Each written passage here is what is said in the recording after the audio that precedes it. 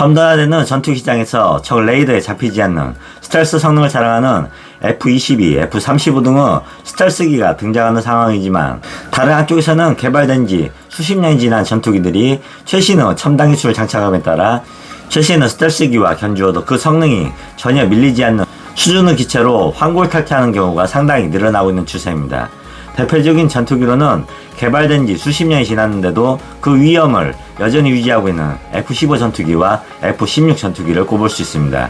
이번 영상에서는 전 세계에서 미그 21, F-4 팬텀 다음으로 가장 많이 퍼져나간 제트 전투기로서 현역으로 생산 중인 기종 중에서 가장 많이 팔리고 있는 F-16과 이 F-16 펠콘의 최종 개량형인 F-16V 바이퍼에 대해서 한번 다뤄보는 시간을 가져보고자 합니다.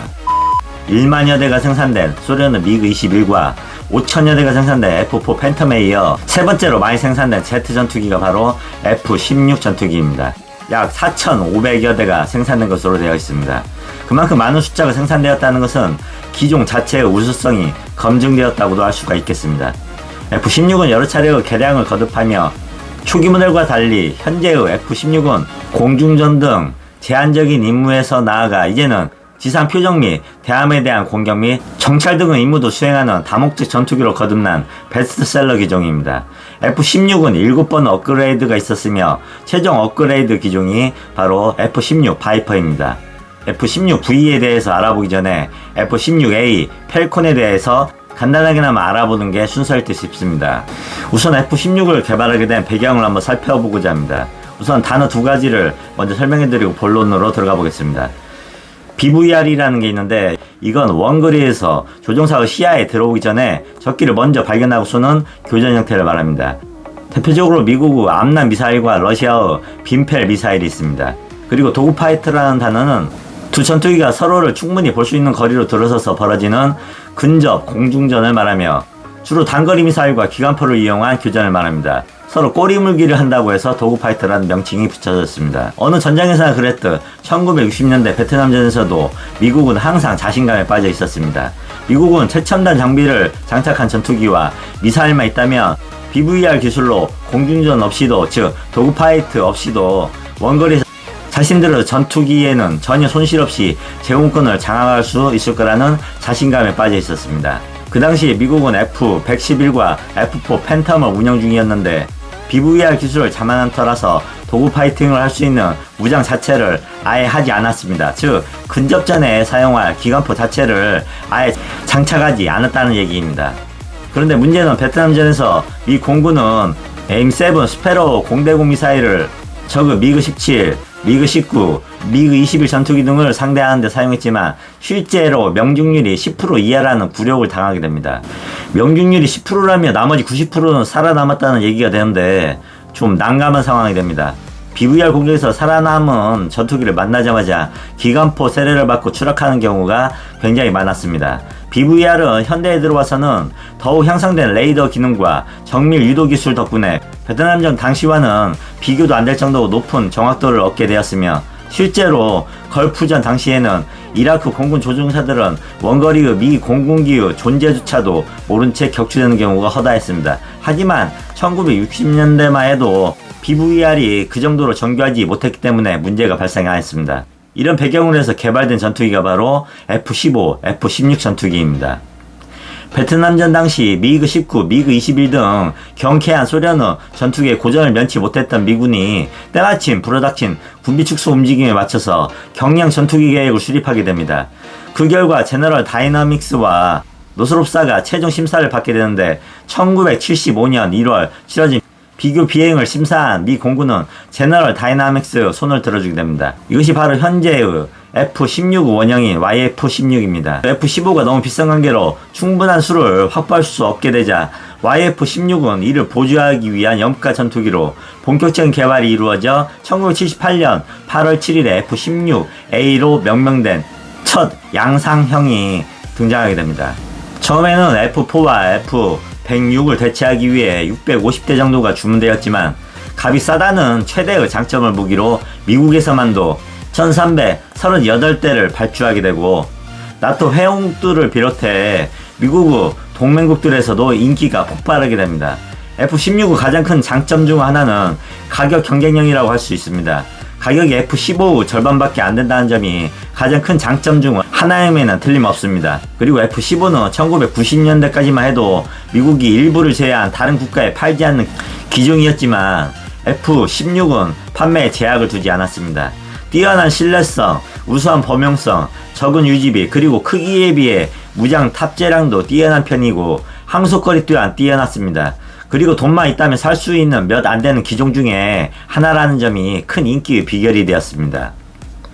미국과의 관계가 좋거나 좋았던 나라들 중에 F-15를 충분히 살 돈이 없던 나라들은 거의 F-16이 주력기라고 보시면 됩니다. 우리나라도 포함된 이야기입니다. 미국을 비롯해서 20여 개국이 주력으로 운영하다 보니까 숫자가 많다 보니까 외계인이 침공하면 인류 주력 전투기는 F-16이 될 것이라는 농담까지도 나왔습니다. 심지어 그리스 터키의 국경 분쟁 때에는 두 나라가 모두 F-16 전투기를 출동시켜서 대치하는 웃지 못할 상황이 벌어지기도 했습니다. F-16은 최초로 플라이-바이-와이어 시스템을 적용했으며 플라이-바이-와이어는 조정관과 항공기의 비행 제어 장치가 유압 시스템처럼 물리적인 결합으로 이루어지지 않고 전자제어 시스템으로 연결되어 있는 것을 말합니다. 항공기 이외에도 우주선에서 사용된 시스템이며 F-16에서 플라이-바이-와이어 시스템이 성공적으로 적용되면서 이 방식은 이후에 항공기 개발에 널리 쓰이게 됩니다. F-16 전투기는 델타 모양의 날개, 즉 쉽게 우리말로 삼각 날개가 적용되었으며 종이 비행기나 또는 행글라이더 날개를 생각하시면 될 듯 싶습니다. F-15와 F-16에 사용된 이 델타의 형태의 주익은 상당히 높은 평가를 받았으며 이후 F-22와 F-35가 채용한 다이아몬드 역시 이 델타익을 기반으로 설계된 형상입니다. F-16 전투기는 날개와 동체의 구분이 좀 애매모호한 블렌디드 윙 바디 형상으로 설계되었으며 곡선과 곡면이 많이 사용된 유선형의 기체 구조로 탄생하게 됩니다. 이 블렌디드 윙 바디 형상과 대형 스트레이크 조합은 공기역학적으로 상당히 이점을 발휘하게 됩니다. 스트레이크는 사진의 이 부분을 말합니다. F-16은 블럭 1부터 블럭 70까지 나누어져 있는데 블럭 40부터는 보잉사의 헬멧 장착 조준 장치와 AIM-9X 사이드와인더 미사일과 결합되어 고개만 돌리면 적을 조준할 수 있는 시스템도 적용되었으며 그리고 조준관은 사이드 스틱을 적용해서 높은 중력 가속도에서도 확실한 조정성을 가능케 했으며 F-16은 최초 개발 시에는 주간 격투전 기종이었으나 계속적인 업그레이드를 통해서 중거리 공대공 교전 능력, 정밀 지상 폭격 등을 갖춘 전천후 멀티롤 전투기로 차츰 진화하게 되었으며 F-16 전투기는 수많은 실전에서도 화려한 성과를 수없이 올리게 됩니다. 1980년대 이스라엘로 수출된 F-16은 미그 21과 미그 23으로 구성된 저그 전투기 44대를 격추하며 단 한 대의 손실도 기록하지 않았고 1991년 사막의 폭풍 작전에도 투입되어 엄청난 성과를 거두는 등 실전 전투 능력에서도 그 우수성을 인정받게 됩니다. F-16 전투기는 여러 종류 파생형 기체로 개량이 진행되어 왔으며 F-16 전투기의 최초 생산형인 A-B형을 시작으로 EF 최신 개량형인 F-16 바이퍼는 2012년 싱가포르 에어쇼에서 공개되었으며 2015년 10월 16일 A사 레이더를 탑재한 F-16 VU 첫 시제기가 성공리에 시험 비행을 성공하게 됩니다. F-16 VU 업그레이드 첫 핵심은 기존 F-16C/D 전투기의 APG-68 기계식 레이더를 능동 전자주사시 위상 배열인 AN/APG-83 A사 레이더로 교체하는 것입니다. AN/APG-83 A사 레이더는 기존의 F-16이 사용했던 레이더에 비해 해상도가 뛰어나고 고속으로 비행하는 20개 이상의 표적을 추적해서 최우선 표적 6개를 동시에 타격할 수가 있습니다. A사 레이더는 쉽게 설명드리자면 잠자리의 눈을 연상해보시면 될 듯 싶습니다. 나는 하나하나가 모든 방향을 보고 있는데 이런 눈이 1000개가 한 묶음으로 묶여있다고 생각해보시면 이해가 빠를 듯 싶습니다. 이 원리를 도입한 레이더가 A사 레이더입니다. 여러가지 목표물을 동시에 한 번에 잡을 수 있는 능력을 가진 레이더입니다. 기계식 레이더의 경우에는 돌아갈 때 못 보는 곳이 생기기 마련이지만 A사 레이더는 이런 작은 실수조차도 용납하지 않는 레이더이며 120도 정도까지의 목표물을 잡아낼 수가 있습니다. 이전의 레이더들은 모듈을 운영 중에 하늘만 보는 모듈이 따로 있고 지상만 보는 모듈이 따로 있어서 그때그때 모듈을 바꿔줘야 됐었지만 A사 레이더는 공대공과 공대지를 같이 확인할 수 있는 특징을 가지고 있습니다. APM-83 같은 경우에는 F-22 전투기와 F-35 전투기의 기술을 차용해서 공대공과 공대지를 한꺼번에 확인할 수가 있습니다. 그리고 F-16 VE 업그레이드 핵심 두 번째는 경량 전투기의 한계를 극복하고자 조립식처럼 외부에 붙여서 쓸 수 있는 CFT 연료 탱크 탑재함으로써 항속거리가 40% 이상 늘어나게 됩니다. 전투 행동 반격이 적은 단점을 보완하고자 멀리까지도 날아가서 작전을 수행할 수 있는 능력을 보완해 준 것입니다. 그리고 특히 F-16V는 현재 미군이 사용하고 있는 무장을 모두 다 가져와서 사용할 수 있다는 장점을 가지고 있습니다. A사 레이더뿐만 아니라 모든 새로운 임무 컴퓨터와 전자전 장비, 중앙 하단 디스플레이가 추가된 새롭게 설계된 디지털 조정석과 자동 지상 추락 방지 장치 등을 채용하여 공중 후 조기 경보, 통제기나 다른 전력들과의 데이터를 주고받을 수 있는 고성능의 이더넷 데이터 링크를 갖췄음 물론이고 기존의 것보다 기체 수명이 50%나 늘어났고 기골 보강을 통해서 더 많은 무장을 탑재할 수가 있게 되었습니다. F-16V는 이론상으로는 9.5톤까지도 무장 탑재가 가능합니다. M61A1 20mm 발칸포를 채택하고 있으며 모두 9개의 외부 무장 장착대에 기본적으로 AIM-9 사이드와인더 미사일, AIM-7 스페로 미사일, AIM-120 암람 미사일을 장착할 수 있습니다. F-16V는 이제 GPS 정밀 유도 폭탄인 합동직격탄, JDAM 및 사거리가 370km에 이르는 스텔스 공대지 순항 미사일인 AGM-158 재즘까지도 탑재할 수가 있습니다. AGM-158B 재즘 ER을 사용할 경우에는 사거리가 무려 900km까지도 가능하며 여기에 현재 개발 중인 사거리가 463km에 이르는 그레이울프 수당 미사일 4발까지도 탑재할 수가 있습니다. 전투기 자체에는 스텔스 기능이 없다지만 스텔스 미사일을 탑재했다면 상황이 달라지게 됩니다. 처음에 미 공군의 의뢰로 F-16V 개발을 로키드 마틴 에어로사가 담당하게 됩니다.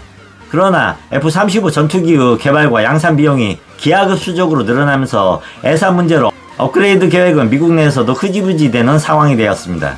이런 상황에 가장 당황한 국가는 대만이며 대만 공군이 운영 중인 F-16A, B 전투기들은 블럭 10이라고 할 수가 있는데 날로 발전하는 중국 공군 전투기에 맞서기에는 너무 빈약한 전투력이었습니다.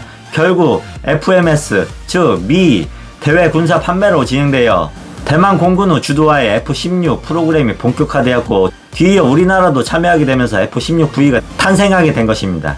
최종 업그레이드된 버전인 FV는 블럭 70이며 우리 대한민국 KF-16은 블럭 50 버전입니다. 우리 대한민국도 2025년까지 최종 12억 달러로 한화로 1조 4천억 원으로 업그레이드를 진행할 계획입니다. 다소 아쉽지만 우리 대한민국 F-16 업그레이드 사업은 레이더만 AN/APG-83 A사 레이더로 업그레이드할 뿐 CFT 연료 탱크 추가는 하지 않는 걸로 진행 중입니다. 우리 대한민국은 블럭 50인 KF-16 140대 그리고 블럭 30인 F-16 40대를 업그레이드할 계획입니다. 대만치 업그레이드는 레이더 및 CFT 연료 탱크까지 진행한 업그레이드이며 전투 행동 반경이 기존 F-16은 550km이지만 F-16V 바이퍼는 750km로 늘어나는 상황이 됩니다. 대만 F-16은 블럭 10이었으나 이걸 완전 환골 탈퇴시켜서 블럭 70을 장비로 모두 교체를 하게 되며 항정 장비, 패널, 전투체계 모든 것을 업그레이드 하게 됩니다. 로키드 마틴 F-16V 신규 주문량을 200대로 예상하고 있으며 기존 F-16을 F-16V급의 기체로 개량할 수요를 700대 정도로 예상하고 있습니다. 일본, 벨기에, 슬로바키아 등은 이미 F-16V 구매를 결정했으며 인도네시아, 필리핀, 그리스 등도 구매를 저울질하고 있습니다. 우리 대한민국도 천문학적인 가격과 유지비용 수리로 인한 가동률이 떨어지는 최첨단 스텔스기로만 전투기를 전부 운영할 수는 없는 시점에서 KF-16 업그레이드 사업은 나름 저렴한 비용으로 기체의 성능을 올릴 수 있는 효율적인 방안이 될 것으로 보입니다. 스펙상으로는 생산된 지 오랜 시간이 지났지만 성능 개량 및 후속 군수 지원이 꾸준히 진행되어 온 F-16이야말로 대한민국의 하늘을 지키는 수문장 역할을 앞으로도 몇십 년간 꾸준히 할 듯 싶습니다. 후속 군수 지원이라는 게 쉽게 설명드리자면 예를 들어 독일 공군은 유로파이터를 128대를 운용하고 있는데 부품 공급이 제대로 안 되는 관계로 가동률이 너무 안 좋아서 4대만 가동되고 있는 상황입니다. F-16은 전 세계에 3,000대가 넘게 운영되고 있는 기체이기 때문에 부품도 싸고 유지비가 적게 들어갑니다. 이런 점에서도 무조건 최신 스텔스기만을 고집할 것은 아닌 것 같습니다. 영상이 조금이나마 도움이 되셨다면 구독 및 좋아요 부탁드리겠습니다. 이상 백수TV였습니다. 감사합니다.